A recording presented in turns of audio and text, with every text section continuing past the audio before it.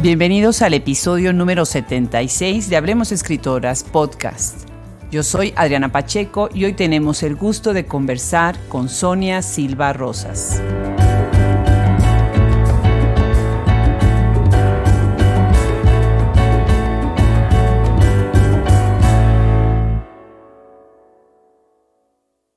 Sonia Silva Rosas es un verdadero ejemplo de lo que es la intersección entre la escritora y el gestor cultural y literario.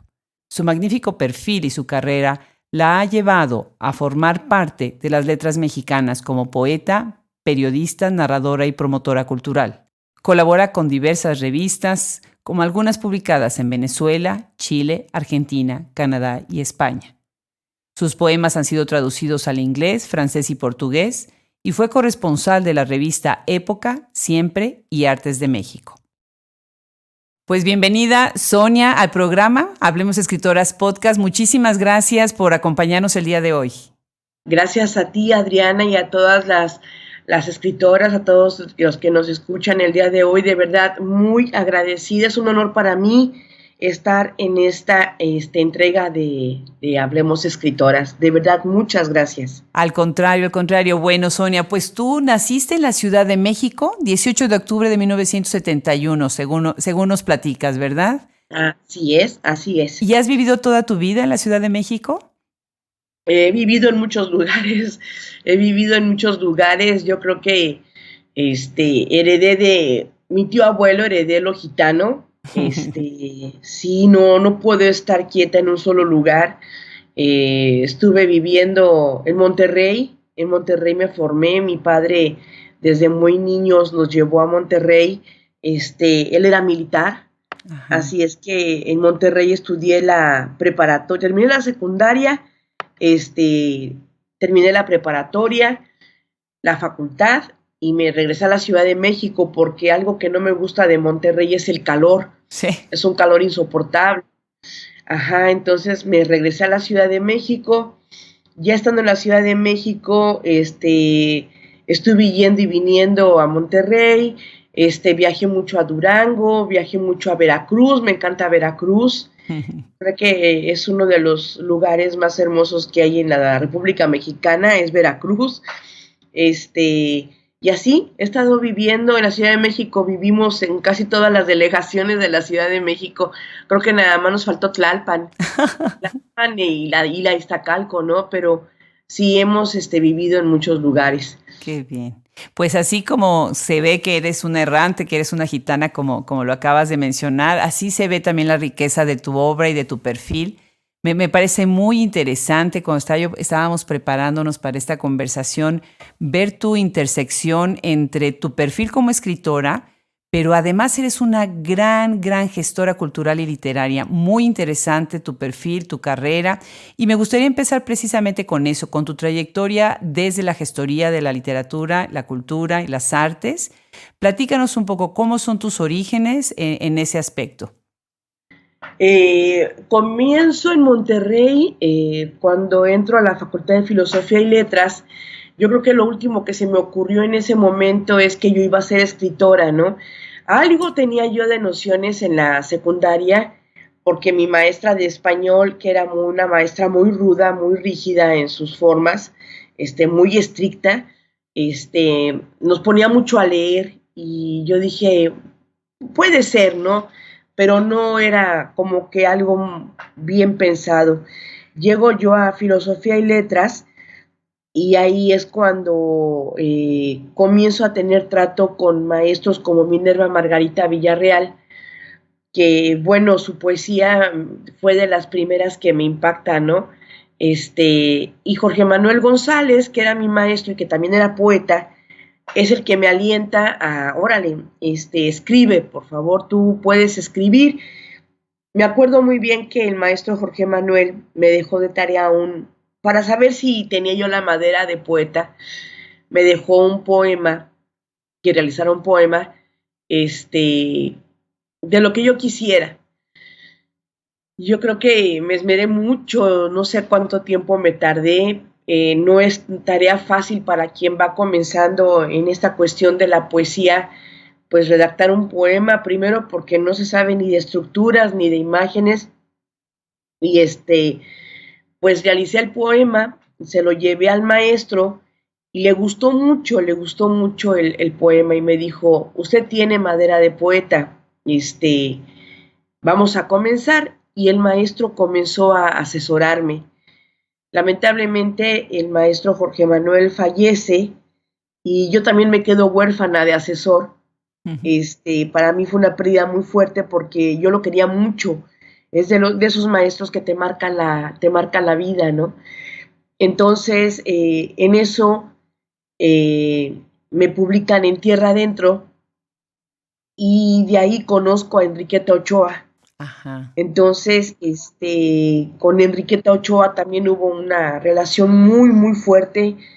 Ella es la que ahora sí que me asesora, los siguientes, mi maestra de poesía es Enriqueta Ochoa, y arrancamos a escribir, ¿no? Es cuando ya me dedico de lleno a escribir poesía. Y junto con Enriqueta, pues vienen luego talleres con Raúl Renán.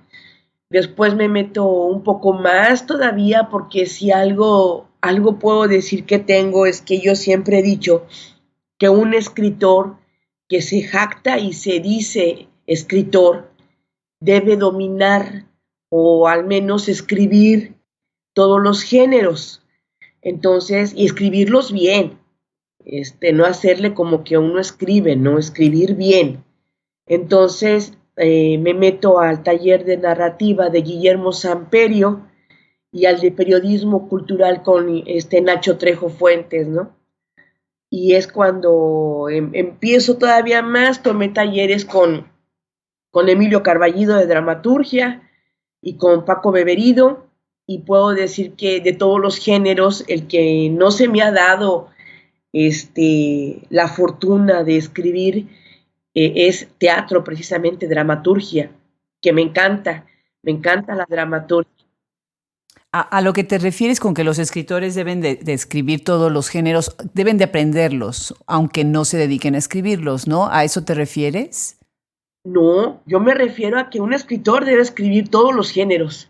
Cuando eres escritor debes escribir todos los géneros, o al menos intentarlo. Yo sé que no todos tienen la fortuna de escribir un ensayo, o de escribir un cuento, o un microrrelato, o una novela, pero al menos lo puedes intentar. Yo he sabido de personas que se dicen escritoras y escriben con faltas de ortografía. A un escritor no se le puede perdonar la falta de ortografía, porque pues te dedicas a eso, ¿no? La mayoría de los colegas que yo conozco pues somos un tanto exigentes en ese aspecto. Debes tener una ortografía impecable. Entonces no Claro. puede ser que te digas escritor cuando tienes faltas de ortografía garrafales. Entonces, Claro. Además, un escritor es un lector, ¿no? exactamente, un escritor es un lector. Entonces no te puedes perdonar. Y yo no lo perdono. Hay veces que hasta caigo mal porque soy muy crítica en ese sentido de que veo escritoras y digo escritoras sin afán de molestar a ninguna, ¿verdad? Yo he visto algunas por ahí, sobre todo en Monterrey, que se da mucho, algunas que andan por ahí pululando, que se dicen escritoras y que la verdad, híjole, dices, ¿qué pasó? ¿No? O sea, esto no es ser escritor. ¿Cómo puedes cometer esas faltas de ortografía siendo un escritor? Entonces, en eso soy muy exigente, Adriana. Sí, en eso Eso está muy bien. Y eso habla de otro de tus perfiles, que es precisamente, pues tú eres editora, ¿no? Has sido editora, sí, y has estado como editora, por ejemplo, en Alfaguara, en Magro, en Jos, ¿no? Tierra Adentro. En Tierra Adentro. Y has estado, bueno, en Fondo de Cultura Económica, en el IMBA. Interesante que hayas hecho esto. Platícanos tu experiencia dentro de lo que son estas grandes casas editoriales y estos institutos enormes, ¿no? De cultura. ¿Cómo es que tú te insertas precisamente en esa conversación? ¿Cómo logras entrar a ellas? ¿Y cuál fue tu experiencia o cuál ha sido tu experiencia? Allí entré en la primera editorial, fue Tierra Adentro. Ahí entré precisamente a hacer correcciones de estilo Y poco a poco pues me fueron pasando como que la lista de donde yo podía colaborar o trabajar como correctora de estilo. En ese tiempo pues estaba yo buscando alternativas de experiencia porque recién terminaba yo la universidad y lo que yo quería era pues experiencia en corrección de estilo. Y así fue tierra adentro, luego me aceptaron en Santillana, después en McGraw Hill, que sí estuvo un poquito más ahí, son distintos los perfiles, una es muy académica, la otra es literaria, tierra adentro pues era más de literatura para chavos, entonces pues todo eso siento que me enriqueció y puedo decir que bueno, entré a cada una de estas, la primera que fue tierra adentro pues fue más que todo por necesidad, ¿no? La necesidad del trabajo. Qué interesante. Entonces, como editor, ¿cuáles son los retos que enfrenta un editor? Porque por un lado tienes a la casa editorial que te está pidiendo que hagas ciertas cosas y por otro lado tienes los textos, ¿no? ¿Cuáles son los retos que tú sientes que enfrenta un editor? El editor que elabora o que colabora con una casa editorial, son los tiempos. Primero el tiempo, primero el no mover mucho el texto que te están pidiendo corregir, sino que solamente el compromiso que tienes con el autor de respetar la esencia de su texto, de la propuesta literaria, vaya. Y cuando eres un editor independiente, pues el primer reto es el presupuesto, el dinero, ¿no? Que como eres independiente, pues sí tienes que ajustarte demasiado al presupuesto que tú tienes. Muchas veces es presupuesto que sale de tu bolsa. Entonces, pues considero que hay dos tipos de editores. El editor que se encarga y que trabaja en una casa editorial grandota como Random, como Alfaguara, como McGraw, y el editor independiente que se hace acá afuera todos los días, ¿no? Ujú. Que solamente depende de su trabajo. Claro, claro, todo un reto, ¿verdad? Para poder Sí, sobrevivir y bueno, se les reconoce tanto el esfuerzo tan grande que hacen, ¿no? Y bueno, para sí. sorpresa de quienes nos escuchan, Sonia es criminóloga. ¿Cómo ven? Qué interesante. A ver, platícanos, ¿cómo es que llegas a la criminología? Ay, me apasiona la criminología, me gusta mucho. Mi mamá quería que yo hubiera sido, o quería que yo fuera abogada, carrera que estoy terminando ahorita, pero yo en ese tiempo no quería ser abogada, no quería. Entonces, para darle gusto un poco, me metí a criminología, que no le di gusto tampoco, ¿verdad? Porque la mujer quería que fuera abogada. Entonces, pero ya estando en la carrera de criminología me gustó mucho porque, bueno, todo es un universo que te hace ver la vida de otra manera, y eso me ayudó mucho porque te enseñan a ser muy minucioso, muy observador. Si algo tiene la criminología es que te alimenta la observación y eso me ha ayudado mucho al momento de escribir narrativa, que me fijo, trato de centrarme mucho en los detalles, en lo más pequeñito. Por eso sirvió la Qué criminología. bien, me encanta esa conexión que estás haciendo, porque como tienes que observar el detalle, después puedes describir el detalle, Sí, ¿no? De manera más así es. precisa. Qué interesante, qué Más. bien. ¿Por qué estás estudiando ahora leyes? Ay, ese es otro tema. Mi pareja, no sabía qué estudiar, entonces, yo para alentarlo a que se metiera, ahora yo fui la que alentó el derecho. Él quería ser ingeniero, pero pues, la situación no estaba como para ingenierías, ¿no? Entonces, esta universidad en la que estamos terminando ahorita te da la opción de terminar la carrera en línea y sin costo. Entonces, para alentarlo, me inscribí con él. Le dije, ándale, mira, yo te apoyo, yo también me voy a meter, ¿no? Y entonces se anima y ya está por terminar también él su carrera y yo también ya terminamos en junio. Y ahora que la veo más de cerca me doy cuenta que también la abogacía pues tiene lo suyo, ¿no? Es una materia muy, muy enriquecedora. Ya lo creo. Y obviamente, bueno, vas a contribuir de otra manera a la conversación que haces ya, pues desde muchos ángulos, ¿no? Tú también eres una pensadora, piensas, siento yo en tu obra, que hay un compromiso social, ¿no? Hay un compromiso social. ¿Cuál crees tú que es el compromiso social del escritor?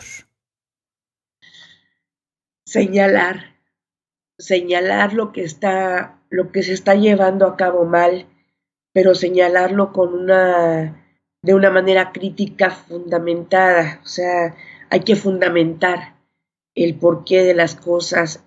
Considero que el escritor es una figura muy envidiable y con una posición muy especial en la sociedad, porque tiene esa forma, ese poder de señalar lo que no se debe hacer o lo que se está haciendo mal, o de hacer una crítica o de hacer un recuento de lo que está sucediendo en algún lugar del mundo.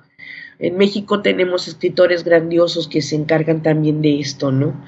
Y bueno, pues ahora que está todo de moda, el narco, o sea, hay escritores que se dedican a escribir o que enfocan la atención en la cuestión del narco. También hay escritores que se dedican a escribir cuestiones sociales, como la pobreza, la cuestión política, la cuestión económica que estamos atravesando. Entonces sí considero que el escritor tiene un papel muy importante, muy, muy importante a nivel social. Claro. Déjame mencionar algunas de tus obras. Laberinto de Siluetas, 1994, Ídolos de Sal, 1995, Lluvia ácida sobre la danza de las horas, 1996, Tanta memoria, publicado por Conaculta y Tierra Adentro, 2002, Cuentos para entristecer al payaso, ay, ese título me llegó, 2009, Caban, El reclamo de los dioses, 2013, Cuarto menguante, preciosísima, 2014. Recibiste en el 2009 una mención honorífica precisamente en el Premio Nacional de Poesía Tinta Nueva por este libro muy, muy bonito. Y Benita Salvador, 2017, obviamente, entre muchas otras y otras colaboraciones que has hecho en colectivas. Me gustaría, para empezar a hablar sobre tu obra, que leyéramos un fragmento precisamente de Benita Salvador, si te parece. Claro que sí, sí, es el inicio de Benita Salvador.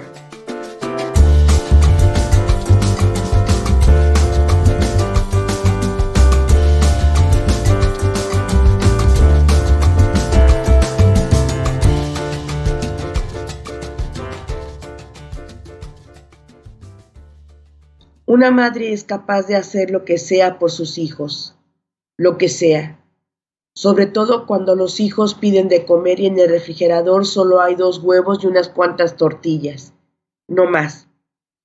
La luz de la lámpara ilumina de lleno el rostro de Benita Salvador.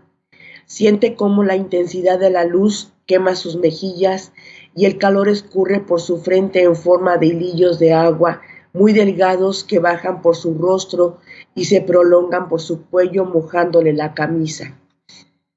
La sal del sudor y la brillantez quemante le obligan a abrir y cerrar en repetidas ocasiones los párpados, buscando calma. Una madre es capaz de hacer lo que sea por sus hijos, repite, y entre la desesperación y la miseria pensé que eso sería mejor a nada. Al principio se batalla para entrarle al negocio, se dificulta porque se tiene hijos, familia, gente que se quiere y a la que uno no desea que se les haga daño y se lanza. En este negocio lo más difícil es dar el salto. En los planes no entra que algo pueda salir mal. Yo me esmeraba mucho en lo que me tocaba hacer. La gente que cuidé puede dar santo y seña de que nunca maltraté a alguien. Cuidaba que comieran, que el miedo fuera menos, que estuvieran limpios. A veces hasta les leía para que se sintieran tranquilos, para que no les atormentara tanta situación, para olvidar el peligro. Este es un fragmento de tu libro Benita Salvador, publicado por Noctis 2017. Fuerte, fuerte. Nos da una fotografía de la miseria, cómo la miseria lleva en la desesperación al crimen organizado, a la cárcel, a la violencia, ¿no? Cómo cuántas mujeres y también hombres, por supuesto, ¿no? Siendo padres y madres, pues se sienten atrapados, ¿no? Y dices, Benita Salvador es carne rota y un manojo de culpas y de reproches. Importantísimo hablar del tema. Platícanos de esta obra y cuál fue tu propósito al escribirla. El propósito es justo ese, querida Adriana, es dar con muchas veces damos por hecho muchas cosas, ¿no? La gente ve en la gente misma a trozos de carne nada más, pero no sabemos la historia que hay en cada uno de nosotros. Muchas veces juzgamos o nosotros somos materia para juzgar de la gente. Entonces, la idea de Benita es decirle al lector que no siempre es la situación o que la realidad de las personas no es la que nosotros imaginamos. Cada uno de nosotros vivimos pequeños infiernos. Entonces, Benita Salvador es un pequeño infierno que terminó muy mal por sus decisiones, ¿no? Y ese es otro de los consejos que busca dar Benita. No tomes decisiones así a lo rápido. Tienes que detenerte a pensar en los pros y en los contras. Y bueno, yo creo que Benita Salvador hay muchas en México. Hay muchas Benitas Salvador, papás, mamás o mamás, papás que se han quedado con todo el compromiso y que sacan adelante a sus hijos de la mejor manera, ¿no? Y este libro es un homenaje a todas esas mujeres. Sí, sí, les aconsejo mucho, les recomiendo mucho a los que nos escuchan que lo busquen, que lo lean, porque sí me parece muy relevante la manera en cómo lo estás abordando. Y también desde la poesía tienes este pensamiento crítico que se me hace muy profundo, ¿no? En Cuatro Menguante, Poesía, esa es una coedición Perú-México muy interesante, hecha por Grupo Editorial Hijos de la Lluvia y Noctis Ediciones en el 2014, que es precisamente el libro con el que ganas esta mención honorífica en el Premio Nacional de Poesía Tinta Nueva. Acá es otra faceta. Acá entra más la voz del poeta. Los vasos comunicantes que se están dando a través de todo el libro, sí es en los temas, regresas a la muerte, a la desolación, pero sobre todo al límite de lo humano, ¿no? Muy interesante esta voz poética en tercera persona en la mayoría de los poemas. Platícanos a partir de este libro, del que ahorita leeremos un fragmento o un poema, platícanos de tu estilo de escritura y cuáles son tus temas. Los temas en poesía son oscuros. Me voy más a lo filosófico. Trato de ser concreta. Algo que me enseñó Enriqueta Ochoa fue eso, de ser concreta, no tener imágenes, alimentar mucho la imagen. Ya después esto logré, puedo decir que logré medio dominarlo, porque al menos como poeta siento que uno siempre está tratando de perfeccionar el verso. Ya después con Dolores Castro, ella me ayudó mucho a afinar la brevedad, porque yo era de largo aliento, en serio. Me decía Enriqueta Ochoa que no hacía falta escribir 3 hojas, ¿no?, de poesía, que tenía que ser un poema breve, que los poemas son cortos, me decía, y con buenas imágenes. Y ya esto lo inicié con Enriqueta, pero lo afiné con Dolores Castro. Entonces, los temas que abordo en poesía son, pues generalmente el abandono, generalmente es la muerte, generalmente es un cuestionamiento a Dios, es rebeldía, la rebeldía, eso, el dolor, eso es lo que abordo en poesía. Sí, y ahorita que hablemos precisamente de este aspecto de la religión en tu obra, que se me hace muy interesante el manejo, pero me gustaría sobre todo saber, en tu estilo de escritura, y tú estás buscando estas imágenes, estas metáforas, ¿no? El lenguaje tiene una participación muy importante. ¿A quiénes lees? ¿A dónde recurres? Además de a tus maestros, ¿a dónde recurres para precisamente cuidar esta limpieza de lenguaje que buscas? Hace mucho Marco Antonio Campos me decía que tenía que leer a los clásicos y sobre todo leer después ya a San Juan de la Cruz, a Garcilaso, porque me decía él que afinan el oído. Lo mismo me comentó una vez Minerva Margarita, ¿no? Me decía, lea los clásicos, Sonia, lea San Juan. Entonces, eso y también escuchar música clásica. La maestra de retórica que teníamos en la facultad, era fan de la música clásica y nos decía que para desarrollar un buen oído necesitábamos escuchar música clásica. Y bueno, Precioso. para escribir mis versos, pues más que todo acudo a lo que he vivido. Trato de, Enriqueta me exigía mucho en encerrar lo que yo sentía en una imagen y esa imagen tenía que dar cuenta de todo lo que yo quería decir en un verso. Entonces, pues sí, yo creo que lo logré, pero ya hasta el siguiente libro que también te comentaba, porque todavía como que el de Cuarto Menguante todavía tiene las imágenes un poco más de verso completo.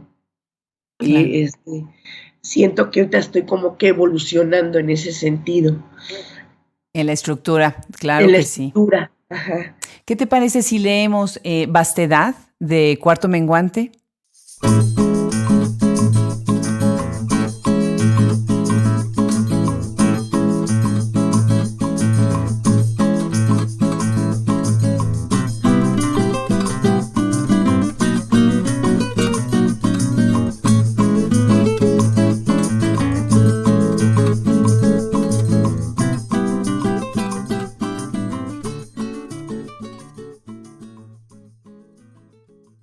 Vastedad.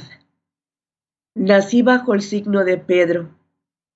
3 veces cantó el gallo cuando me lanzaron al abandono. No hicieron falta ni Judas ni Cristo y 7 veces 7 los clavos en mí se multiplicaron.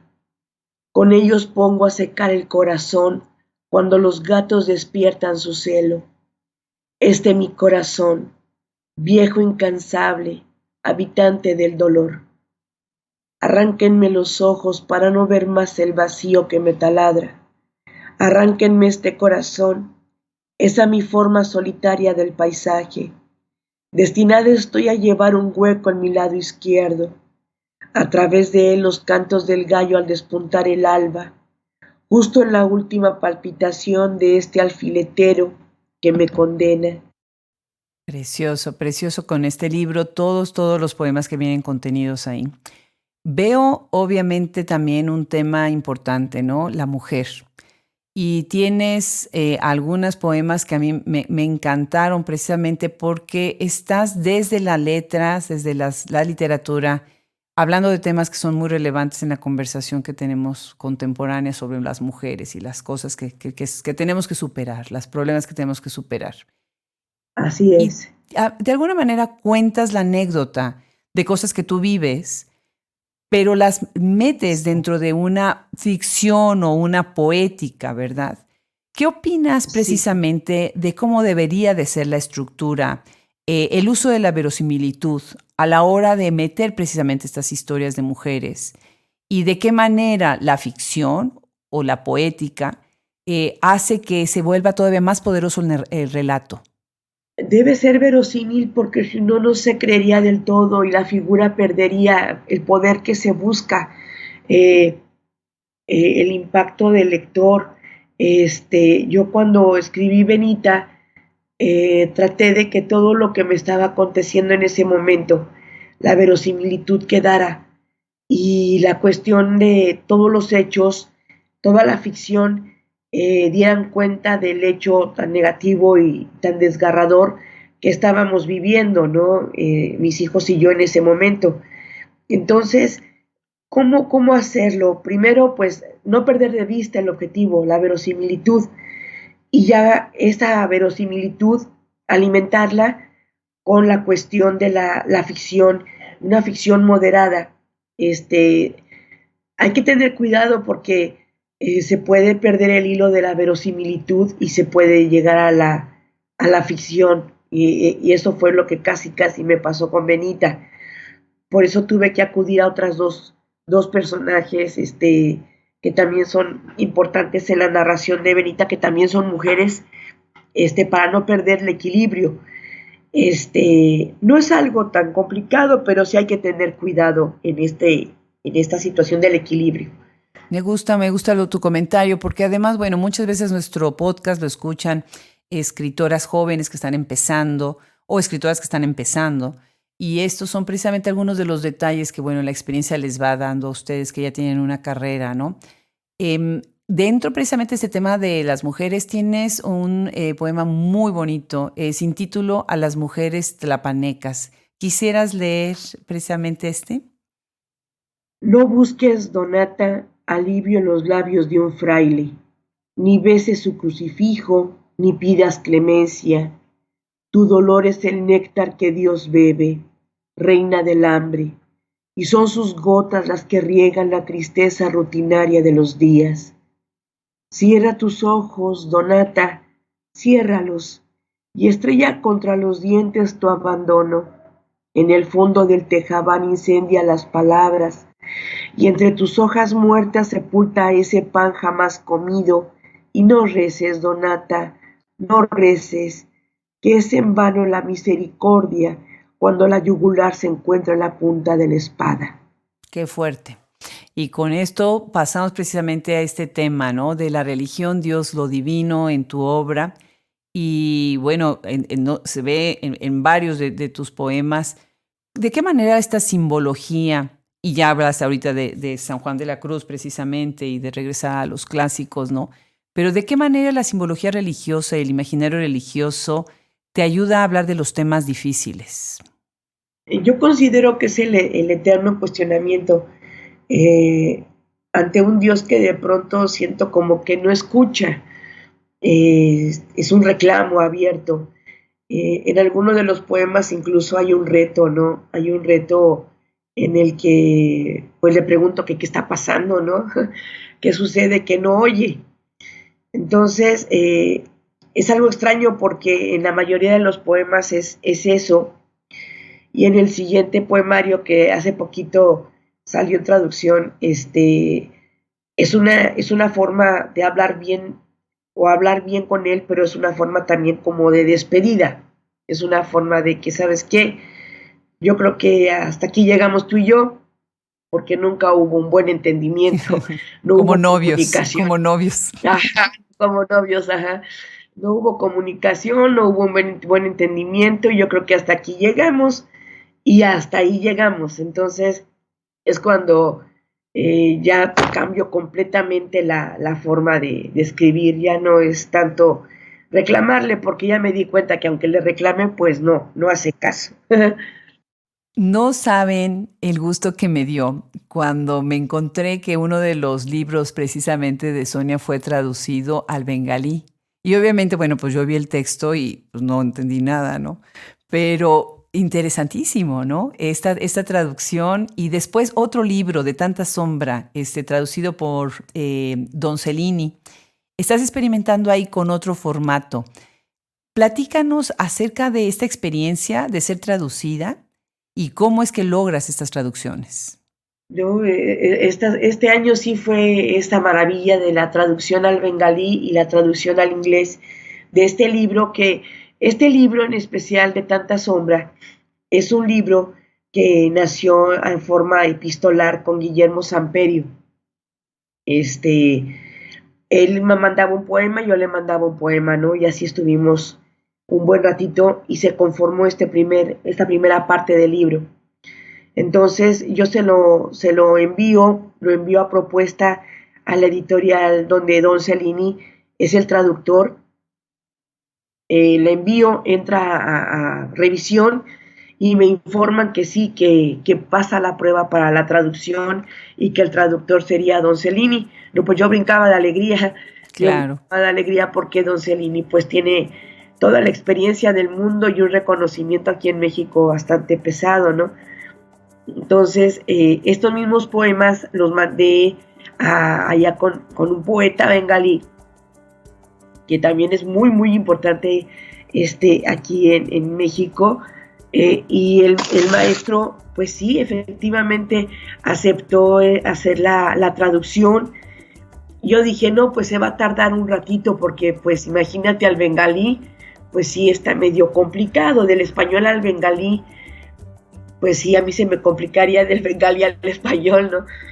Entonces ya después me manda los poemas e incluso la publicación y me comenta que tuvieron mucho éxito. Entonces pues estaba yo muy, muy contenta y además estoy muy agradecida, porque pues ser traducido no es cualquier cosa, es como la trascendencia, es que tus textos trascienden la lengua en la que están escritos, ¿no? Que es el español, y vaya ya, el hecho de ser traducido ya es de agradecerse. Claro, claro. Bueno, pues me gustaría, ahorita para ir cerrando la conversación, que me platicaras de tres cosas importantes. Primero, el libro precisamente de Cuarto Menguante está publicado por una cartonera, que eso de alguna manera es un statement, es una postura, ¿no? Sobre la manera de publicar y sobre todo tú siendo editora y habiendo sido editora de casas editoriales de muchos años, ¿no? Ajá. Eh, ¿qué es precisamente lo que tú crees que está pasando con la industria editorial, con las cartoneras, con las editoriales independientes? Está evolucionando para bien. Yo considero que hay muchas editoriales independientes que están haciendo un gran trabajo, que hay un gran esfuerzo, este, y es apasionante ver las ferias del libro como la de Minería, la de Guadalajara, la de Monterrey, ver tantas editoriales independientes, trabajando, difundiendo a escritores que están comenzando, es alentador, es muy alentador. Las cartoneras también tienen mucho que proponer y siento que están haciendo también un gran trabajo. Te digo, ser editor independiente pues no es cosa fácil. Sin embargo, el trabajo que están haciendo los compañeros en ese ámbito pues es de aplaudirse y de apoyarse mucho. Claro, definitivamente. Bueno, pues la pregunta del millón. Platícanos de tu lado como metalera. Ah, sí. No, sí soy muy metalera. Incluso, pues me gusta el black metal, fíjate qué cosas, cosa que no va con los poemas, ¿verdad? El No, black metal influye mucho al momento de escribir, es escuchar metal, estar haciendo tareas, escuchar metal, voy manejando y es escuchar metal. Entonces, yo siempre he dicho que el metal te fortalece, ¿no? Te levanta el ánimo. Sí, es como levantarte de donde estés. Si estás caído, una buena rola de Rammstein te levanta. increíble. Yo me acuerdo mis hijos cuando lo oían a todo volumen en la casa, porque ellos tenían una banda de rock. Sí, Entonces, bueno, pues él era obligado, ¿no? Definitivamente. sí, Pues la última pregunta para despedir esta interesante conversación. ¿En qué estás trabajando ahora, Sonia? ¿Cuáles son tus proyectos ahora? sí, estoy escribiendo, estoy terminando un libro, un poemario, eh, que yo sé que va a levantar mucha ámpula porque se llama En defensa de Luzbel. Ajá. Y es la contraparte, por eso te decía hace rato que el de tanta sombra es la despedida, ¿no? La despedida, el cerrar tablas con Dios, el decirle, bueno, ok, perfecto. No, nunca hicimos una buena relación tú y yo, entonces, bueno, pues hasta aquí llegamos, ¿no? Y que te vaya bonito, como le decía José Alfredo Jiménez. Y ahora escribo un libro que se llama En defensa de Luzbel, que yo espero que salga para el próximo fines de enero, porque se va a presentar en la Feria del Palacio de Minería. Ah, En, felicidades. entonces, este libro es el que es poesía y apenas voy comenzando otra novela. Todavía no tiene como que un rumbo fijo, apenas estoy comenzando así como que a ver hacia dónde nos lleva. Y sigo con la historia de Mario Cázares, que es el libro de cuentos de detectives. Ya ves que Mario Cázares es mi detective. Sí, Entonces, cómo no. lo estoy terminando ese libro ya para publicarlo. Espero que ya también el próximo año termine este librito del Cázares y ya se pueda publicar. En eso es lo que estoy. Aparte, bueno, pues mis clases en la universidad, las investigaciones y todo, ¿verdad? Es lo que todos los días hacemos acá. Claro. No, pues te felicito. Ha sido verdadero gusto, Sonia. Muchísimas gracias por aceptar la llamada. Yo sé que estabas un poquito indispuesta. Si la oyen ronca, Sí. es que además hizo un esfuerzo para estar en Hablemos Escritoras el día de hoy. No, hombre, muchas gracias, Adriana. Para mí de verdad es un honor. Yo siempre sigo los podcasts de las compañeras que han publicado, que han intervenido, y yo decía, algún día voy a estar ahí, vas a ver que sí. Mira, qué bueno que me dieron la oportunidad, y este es un proyecto que hay que difundir y que hay que apoyar y alentar. De verdad, muchas gracias. Muchísimas gracias a ti, y la que se siente inspirada siempre soy yo con la obra de ustedes, y bueno, tu trabajo me encanta. Gracias. Pues muchísimas gracias, Sonia, y seguiremos conversando sobre tus próximos proyectos.